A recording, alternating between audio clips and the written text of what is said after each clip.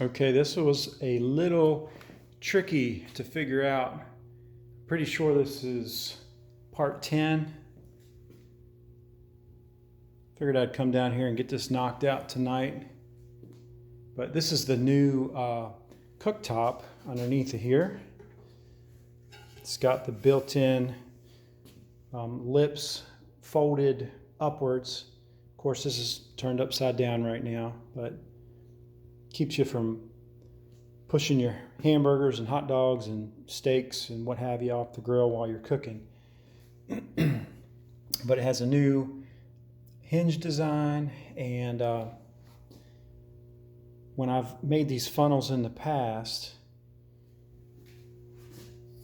I didn't have all these different shapes on the funnel pieces. So none of them are the same. The side with the radius goes to the hinge.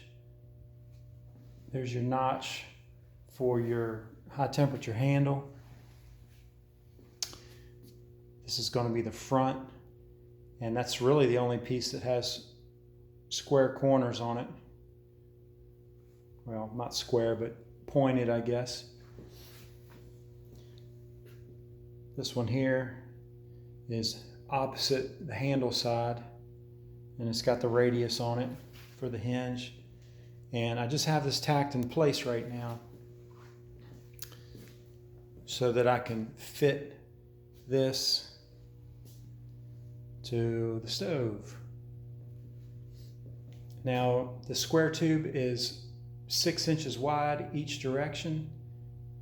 And that's including that, well, that's the OD. That's including the wall thickness both ways. And essentially how this lays out on how these parts are laser cut is it's 6 inches ID, and that's allowing for an open corner. So you always want to leave an open corner so you can put your weld in there.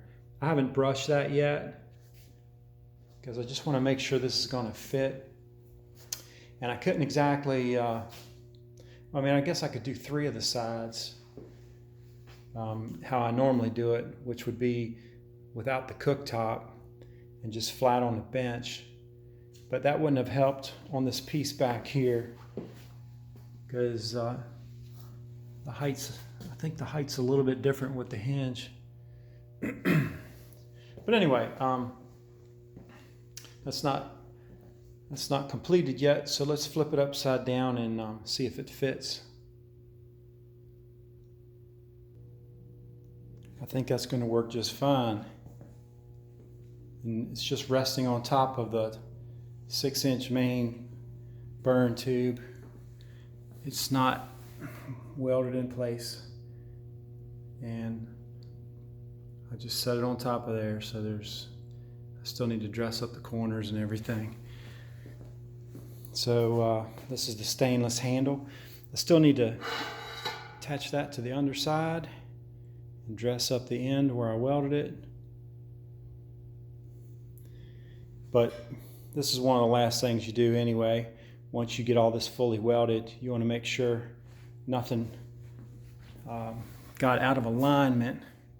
Then you can come and make yourself a mark right here with a pencil or pen on where you want that piece of 1/2-inch stainless round bar to weld on the underneath side.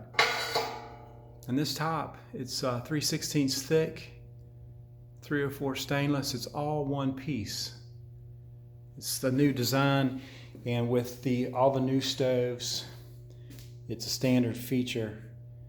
But the width of the hinge ears will fit most of all the other Watchman stoves, with the exception of maybe the really, really early, almost prototype ones that were getting sent everywhere.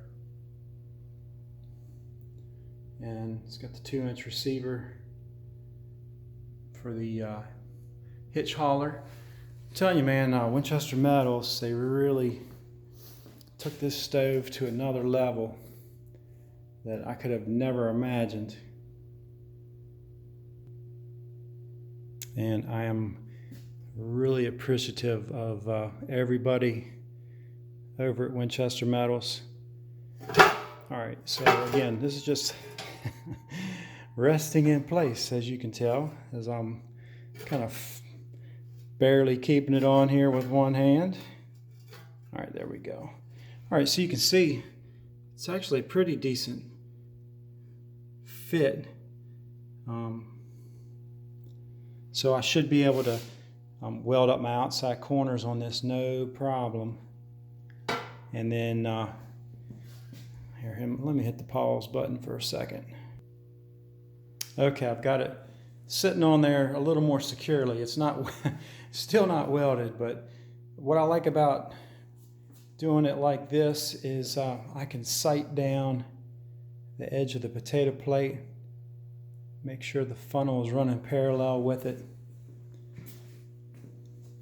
Same with the front edge of the potato plate and the funnel and cooktop. You can sight down, see that they're parallel. Just work your way around, and like I was saying in an earlier video of putting this together, your eyes and your hands can see things and feel things that you really can't even accurately measure without a bunch of high dollar equipment.